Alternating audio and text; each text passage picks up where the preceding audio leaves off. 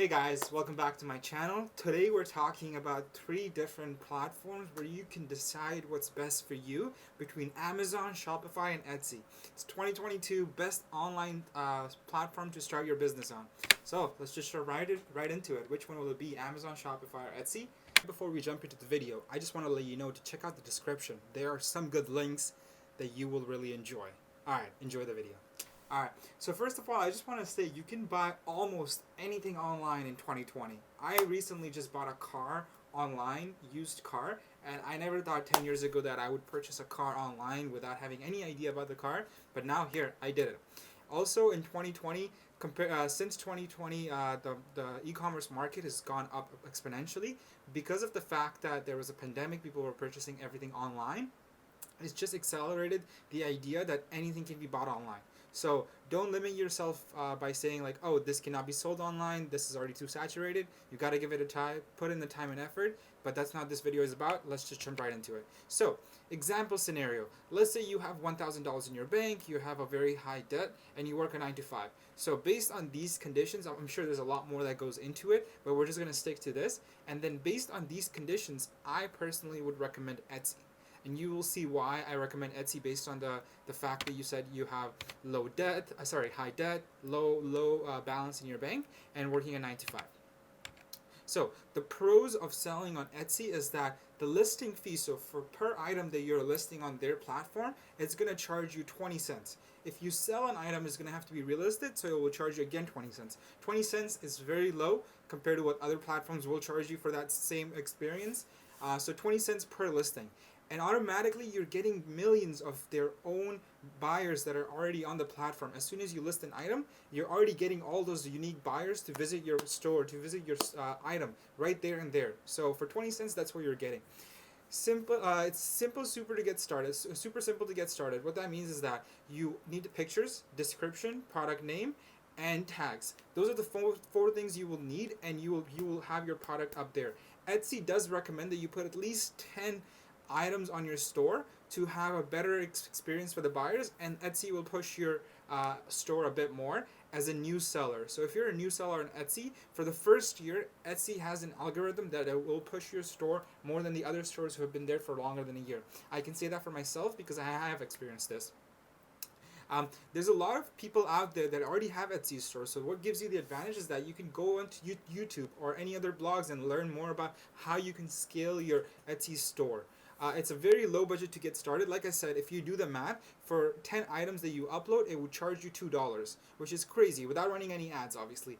Then on top of that, you can run ads. And the ads on Etsy, based on the products you have, are actually better than the ads that I have run on Facebook or Amazon.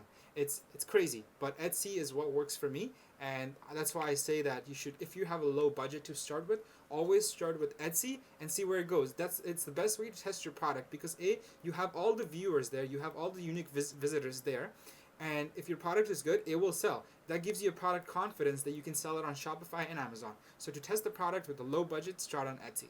Now, let's just get into the cons of selling on Etsy.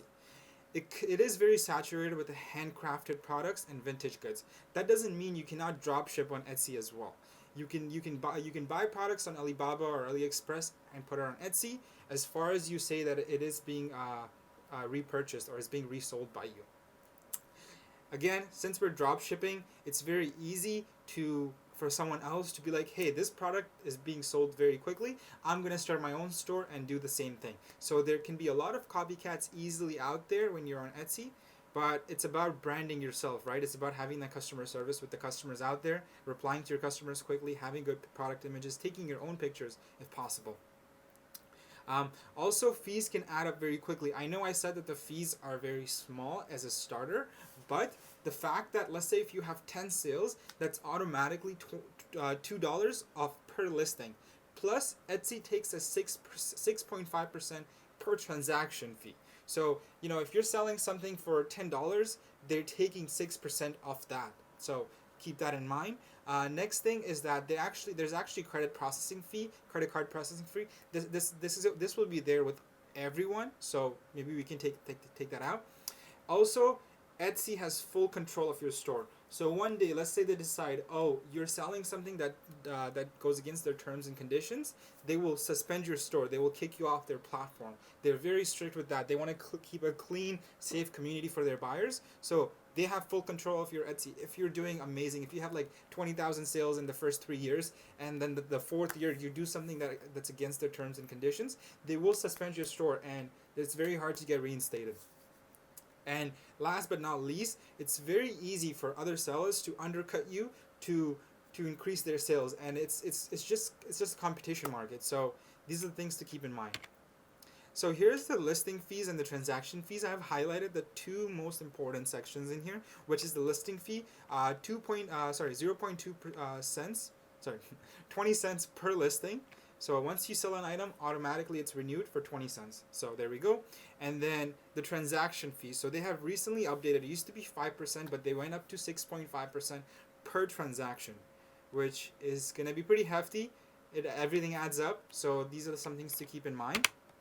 And these are the fees just for the top continents that I could get, or top countries I mean. So for Canada, if it's domestic, so for Canadian and US transactions that you do, it's a 3% fee plus 0.25, so 25 cents on top of that. If it's international orders and you live in Canada, it's 4% fee and 0.5 Canadian dollars, so 25 cents. So just remember to include the cost and the fees in the retail price. Sometimes people just include the cost and the retail price, and they don't understand that there are fees they have to pay for on these platforms like Etsy and stuff. So just keep that in mind if you're willing to sell on Etsy. All right, next scenario. So it looks like you got some more, you got some money in the bank to invest and take a risk with, and you have less debt. So that increases the advantage of like your likeliness to take a risk. Again, you work a 9 to 5. To keep it simple, we're gonna work a 9 to 5. Okay, so the next one I would say is Amazon, only because you have the funds. Again, you gotta do the product research and put the time and effort to find the product that you think will sell. You gotta find a product. There's a niche out there. There's a demand out there, but not like a high competition as well. That's why I recommend testing your product on Etsy. If it works, then moving on to Amazon and buying the product in bulk, having the inventory shipped to Amazon and sold it there. So what you're getting with Amazon is a huge customer base. This customer base is even bigger than Etsy. It's actually the biggest out there. Amazon has so many sellers on there. Day to day, everything you're buying is on Amazon. When you go online shopping, it's the first link that comes up whenever you're searching up for something. So you know that Amazon is there for their customers. Customers trust Amazon. As soon as you sell an item on Amazon, they are understanding that you will sell more products, so they're more likely to push you to the front page. They have the infrastructure is really great. It's all out there. They give you the description, they give you everything, they give you a template to put it in, and it's very convenient. They also have an Amazon affiliate program, so neither Shopify or Etsy have that, where you can assign a link to either a YouTuber or a blogger, and if someone purchases from their link, yes, you will pay them a percent of your fee, depending on what you agreed on. I believe it's 7%. So you will pay them a 7% transaction fee for bringing in the customer, but keep in mind, you're making money in the end. You're losing 7%, but in the end, you're making money. And very rarely that you have technical issues on Amazon. Also, customer service is handled by Amazon. You never deal with anything when you're uploading your products on Amazon. You never really deal with having to deal with customer issues. Yeah, you do get bad reviews, but that's not first hand. That's something that's left on your listing, and that's it. Goodbye. You purchased my customer. You had a bad experience. No longer you'll support me. But if there is an issue, they will call Amazon, and there's a customer service right there ready to go help them. So those are the pros with Amazon. Okay, now the cons. It can be very difficult to build that personal relationship with the buyers because you don't actually have first-hand contact with those buyers because Amazon doesn't work like that. It doesn't share that information. You can possibly become the product tester for Amazon. So Amazon's pretty well known for taking the products that are really selling well and putting their own brand on it. So it could be like wire charging cables, like fast charging wire cables for your iPhone. And Amazon sees that it's selling well. It's like really bringing in money for the third-party seller. They will take that product, put their own label on it, Amazon Basics, and sell it on the front page. So now you have Amazon as your competitor. So those are the cons of being on Amazon. If you have a good product, Amazon will copy you if it's not patented, and really it's gone. Your hard work is gone. Amazon, and most likely people will buy Amazon Basics because it doesn't make sense not to when the price is much lower than your own product. um, you really don't have control over how the other Amazon sellers act. Well, it's true on any platform, but in this case, the Amazon sellers could really undercut their profits to get a sale, whereas then you have to do the same, and then no one's really left with any money. So those are the cons. You don't really get to capture any information from the buyers because you don't get any information because Amazon takes care of that. Amazon deals with the email address, their address, all the name, full name, everything, right? The only thing you know is that someone purchased it and you got your profits, Amazon takes their fees. So this way you're missing out on the customer information that you could possibly accumulate and later on target through Facebook ads. So that's really out of the window. You're missing out on that. Um, a lot of competition for similar products. You have to keep in mind Amazon is a big marketplace, so any product that you're thinking of, it's most likely already on there. It really only comes down to how you're going to change it and how you're going to brand it. So it really comes down to you maybe making a change. Like I said, do not reinvent the wheel, just change one thing to improve it. The best thing is to read the bad reviews and learn from that for the product to make the improvement for that product. Last thing, you do not have control over the product reviews.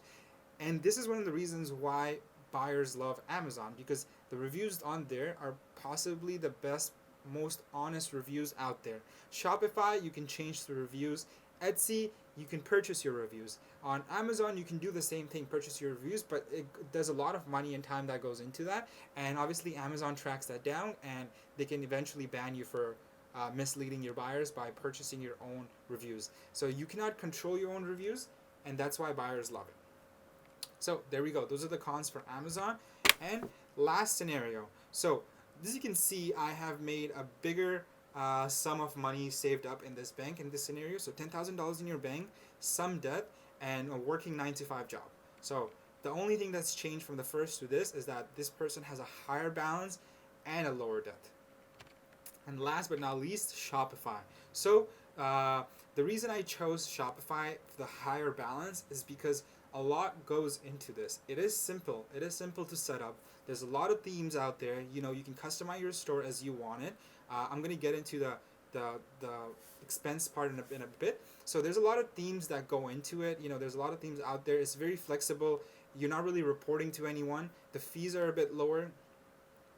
In the sense of transaction fees, the credit card fees, and it continues to upgrade their platform as we go. You know, they're very quick on their feed to update any things that are wrong with their themes and things like that. And on the good part about it is that out of every platform, you can actually test this one for 14 days. You can put your time and effort into it to set up the website, and in like, let's say 40 hours you can get it done. And if you enroll into their program, you can actually get 14 days to just test it, run the website and see if something's wrong with your website, if your product is bad, this and that. So you can do that. You have full control of your inventory. What that means is that no one's really like checking up on there and changing the inventory. You can go up and put like 30,000 products and it's there. You know, you can just write it that way.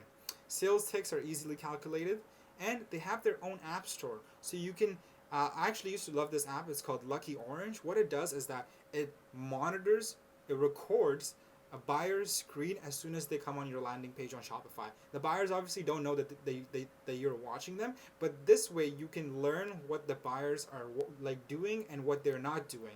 So this way you can improve your website, and that's where the app store comes in. And there's so many apps out there that will improve the shopper's experience, and it's unreal. So those are the pros of Shopify. Now let's look at the cons. There might be, it's a difficult platform, but the fruit at the end of the road is very, very juicy. Let me just say that. So, like I said, the $10,000 is where this comes to play in. You need to find your own audience, which is very, very important. If you don't have an audience, you won't have some sales. You won't get any sales. So to do that, you have to find the right product. So that goes to product research, and then you have to run Facebook ads, Google ads, all the affiliate marketing stuff out there. And for that, you need funds. You need to find influencers on Instagram, promote your product. So for all that, you do need funds, and it's a lot more work that goes into it. But keep in mind, once your product is established, once your website is established, it does the work for itself. So that's why it's easy in the long run, but it's harder to start. That's why you need the funds to start it. You don't really have full control of the platform. Shopify, just like any platform, Shopify can also kick you off the platform. So that's something to keep in mind, but it's very, very unlikely that they will. There is a learning curve. So there's a learning curve in designing your own website, designing your own product, and all that. So there's a learning curve. You don't really need coding because it's all coded. But if you have coding experience, that's great. It will help you. Last but not least, Shopify fees can also add up with the Google ads and Facebook ads that you're gonna run alongside it. And Shopify fees is $45 per month. So if you're only making 2 sales per month, which accumulates to $45, sure, that will cover up the Shopify fees, but then you're wasting money on Facebook ads. So that's something to think about because the cost can add up very easily. So what's the verdict? Amazon, Shopify, or Etsy? So personally, I have sold on all of these products or all of these platforms, Amazon, Shopify, or Etsy, and I've had the most luck with Etsy. I started Etsy as just for fun to see what it would be like, where it would head, and Etsy gave me the best results and the lowest cost of fees. I didn't have that much money at the moment to start Amazon or Shopify because I did try them and I didn't have luck. So I was like, whoa, am I just throwing my money at it? Like, what am I gonna do if it doesn't? At some point, I was breaking even, or at some point, I was even losing money. So I tried Etsy, and right away, like from the very start, Etsy just gave me very, very good returns, and I was never in a loss ever, even like for a day. And it's mind blowing. That's why I was saying Etsy does push their their sellers in the first year, and maybe I was just lucky, but it's consistent. My store's been open for more than a year, and it's consistently bringing me sales. So thank you so much for watching. If you enjoyed my video, subscribe, like, and check out the description. There is some links that you would enjoy. And yeah, thank you so much. Hope you have a good day.